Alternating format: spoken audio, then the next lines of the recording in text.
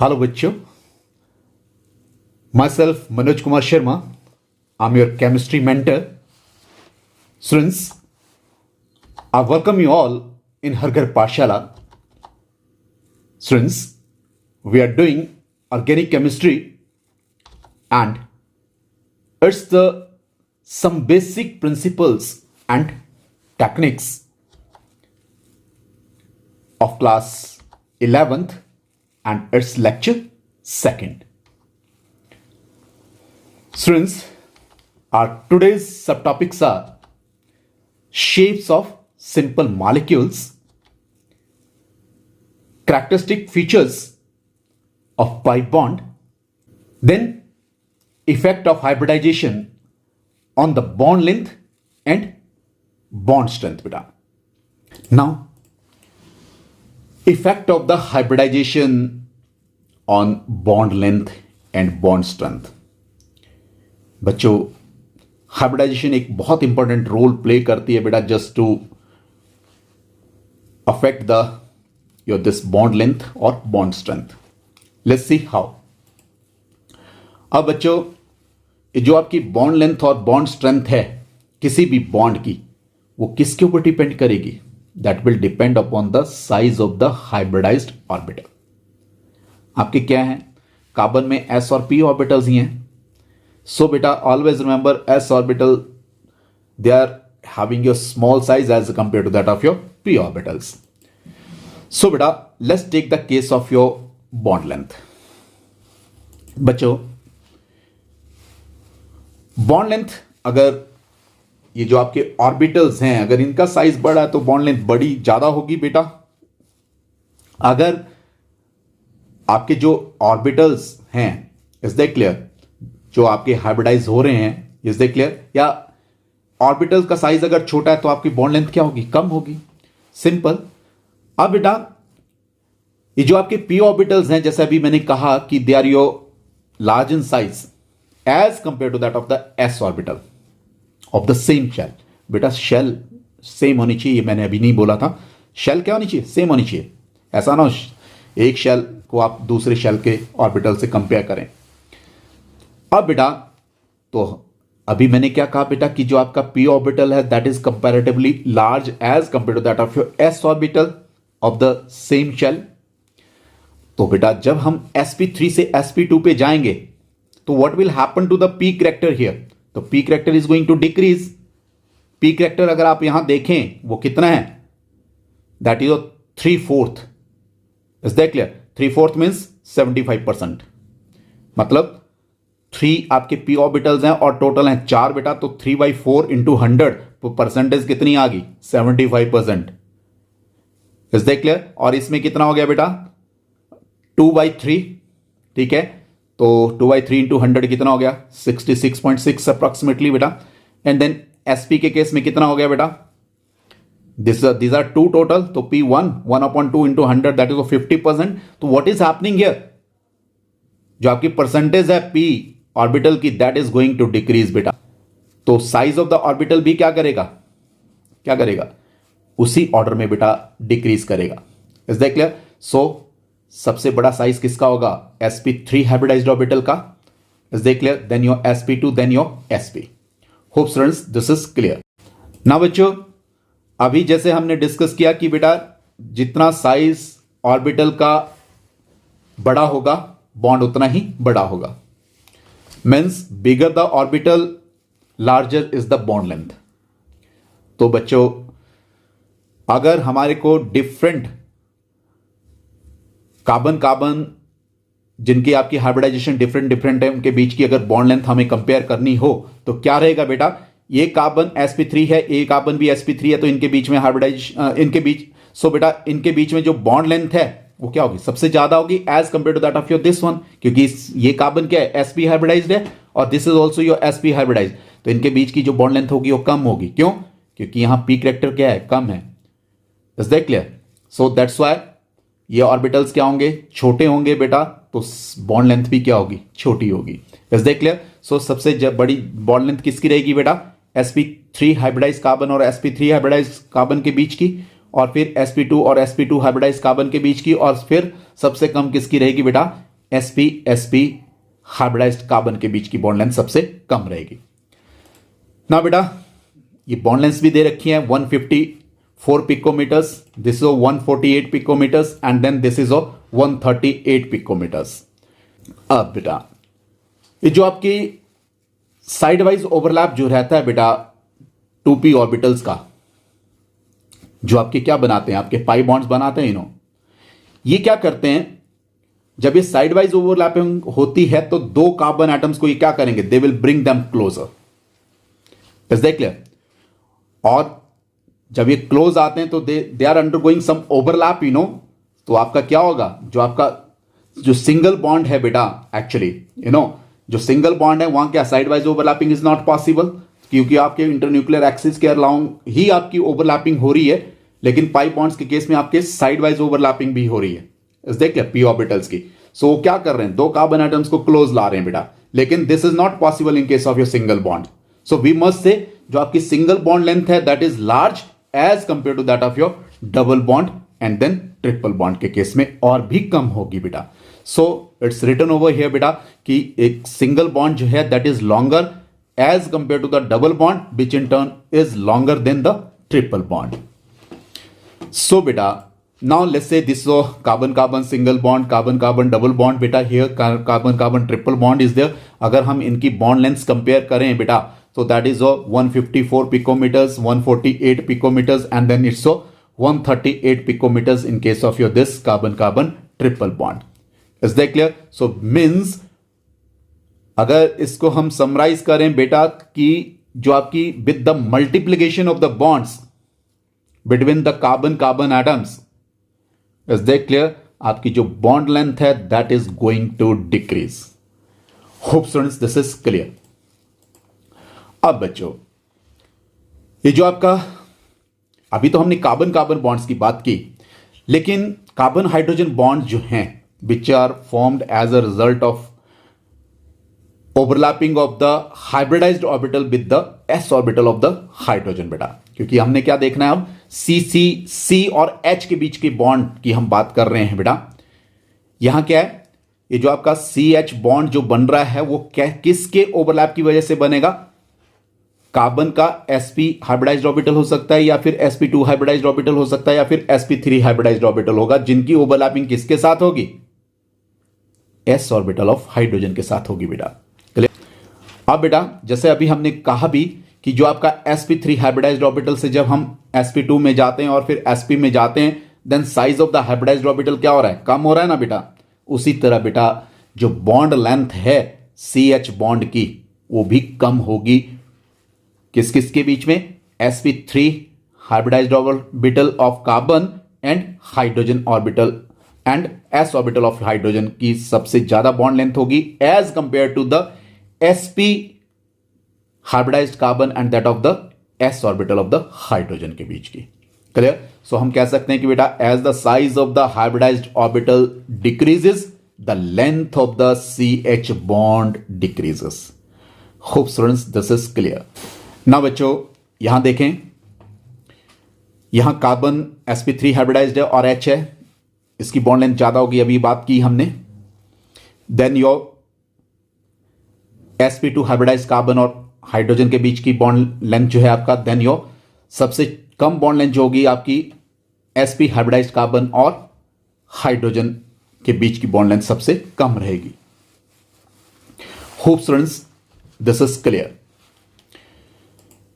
Now if you compare the bond length here, its bond length is a 111 picometers, then it's a 110 picometers beta, and then it's a 107.9 picometers. All the difference is small, but your bond length is going to decrease. Okay बेटा, अगर हम summarise करें, हमने अभी इतनी discussion की, लेकिन इसको अगर मैं समराइज करूं तो क्या है, larger the size of the orbital larger is the bond length. और बेटा हमने बात की कि s ऑर्बिटल छोटा है as compare to the p orbital of the same shell, तो हाइब्रिडाइज्ड ऑर्बिटल में जितना ज्यादा p करैक्टर होगा, क्लियर, उसका साइज उतना ही बड़ा होगा। और उस क्लियर? अब वो करेक्टर किस में ज्यादा है बेटा? sp3 में ज्यादा है पी करेक्टर ज्यादा देन योर sp2 और sp में। तो बेटा ऐसे कार्बन एटम्स जब किसी भी दूसरे एटम या जैसे हाइड्रोजन हाइड्रोकार्बन्स की हम बात करें तो sp3 हाइब्रिडाइज्ड ऑर्बिटल और s ऑर्बिटल ऑफ हाइड्रोजन के बीच की जो बॉन्ड लेंथ होगी वो सबसे ज्यादा होगी। क्यों? क्योंकि sp3 हाइब्रिडाइज्ड ऑर्बिटल का साइज क्या है? बड़ा है as compare to that of your sp2 और sp हाइब्रिडाइज्ड ऑर्बिटल की वजह से कंपैरिजन में बेटा।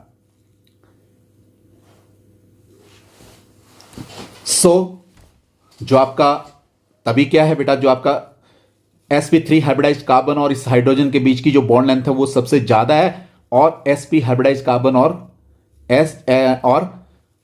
हाइड्रोजन एटम के बीच की जो बॉन्ड लेंथ है बेटा वो सबसे कम है।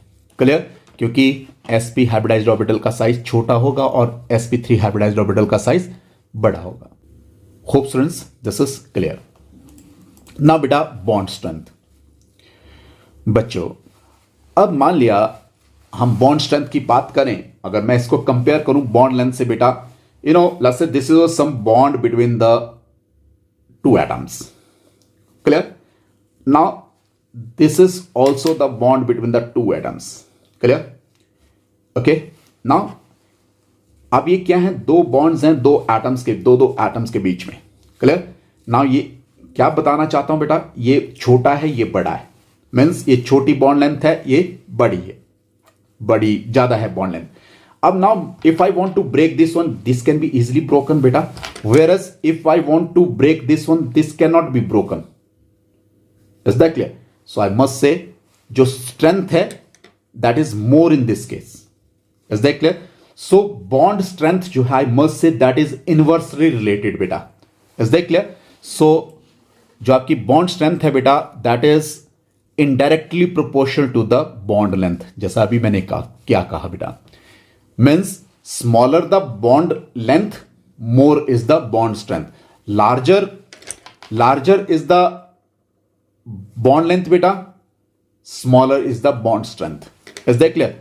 सो bond strength here is inversely related to bond length. Clear? So means जितनी ज्यादा बॉन्ड लेंथ होगी बेटा बॉन्ड स्ट्रेंथ उतनी कम होगी, means that bond can be easily broken. So smaller the bond length, greater is the its strength बेटा। अब बच्चों ऐसे सिग्मा बॉन्ड जो आपके sp हाइब्रिडाइज्ड कार्बन की वजह से बनते हैं, they are your strongest one, और जो आपके ऐसे sigma bonds which are formed by the sp3 hybridized carbon बेटा, दे आर योर वीकेस्ट। अब क्यों है? क्योंकि बेटा sp हाइब्रिडाइज्ड कार्बन की वजह से जो आपके सिग्मा बॉन्ड बनेंगे उनकी बॉन्ड लेंथ क्या होगी? कम होगी। बॉन्ड लेंथ कम होगी, बॉन्ड स्ट्रेंथ क्या होगी? ज्यादा होगी। बॉन्ड स्ट्रेंथ ज्यादा होगी तो उनको तोड़ने के लिए उतनी ज्यादा एनर्जी चाहिए। Is that clear? सो उनकी बॉन्ड एंथैल्पी क्या है बेटा? That is more. Is that clear? जबकि जो सिग्मा बॉन्ड आपके sp3 हाइब्रिडाइज्ड कार्बन की वजह से बन रहे हैं बेटा, क्लियर, उनकी बॉन्ड लेंथ क्या है? ज्यादा है, तो बॉन्ड स्ट्रेंथ क्या होगी उसकी? कम होगी। बॉन्ड स्ट्रेंथ कम होगी तो means those can be easily broken बेटा, तो उनकी जो बॉन्ड एंथैल्पी है वो क्या रहेगी? कम रहेगी। So hope students this is clear. Now बेटा let's say these are the different bonds, sp3 hybridized carbon और हाइड्रोजन एटम के बीच में जो बॉन्ड है, देन योर sp3 कार्बन और हाइड्रोजन के बीच में जो बॉन्ड है, और sp कार्बन और हाइड्रोजन के बीच में जो बॉन्ड है। Let's say we have to compare their bond lengths. अभी बात की हमने कि सबसे ज्यादा बॉन्ड लेंथ किसकी होगी बेटा? इसकी होगी। sp3 हाइब्रिडाइज्ड कार्बन और हाइड्रोजन के बीच की जो है आपकी 111 है बेटा, इसकी उससे कम होगी बेटा 110 पिकोमीटर्स, और इसकी सबसे कम होगी 107.9 पिकोमीटर्स। बेटा ये लर्न करने की जरूरत नहीं, but concept you must no कि बॉन्ड लेंथ किसकी ज्यादा होगी, that you must no. Now अगर बॉन्ड एंथैल्पी अगर बॉन्ड एंथैल्पी की हम बात करें तो बेटा इसकी बॉन्ड एंथैल्पी क्या होगी? कम होगी या ज्यादा होगी as compare to that of this one? Bond length ज्यादा है ना, तो ये क्या होगी? कम होगी। सबसे कम इसकी होगी बेटा, फिर उसके ज्यादा आपकी इसकी होगी, दैट इज 443 किलो जूल, और सबसे ज़्यादा बेटा इसकी होगी that is of 507 kilo joule per mole. ये तो बताने के लिए बेटा, but you must know the concept कि आपका जो आपकी बॉन्ड लेंथ है that is inversely related to your bond strength. Clear?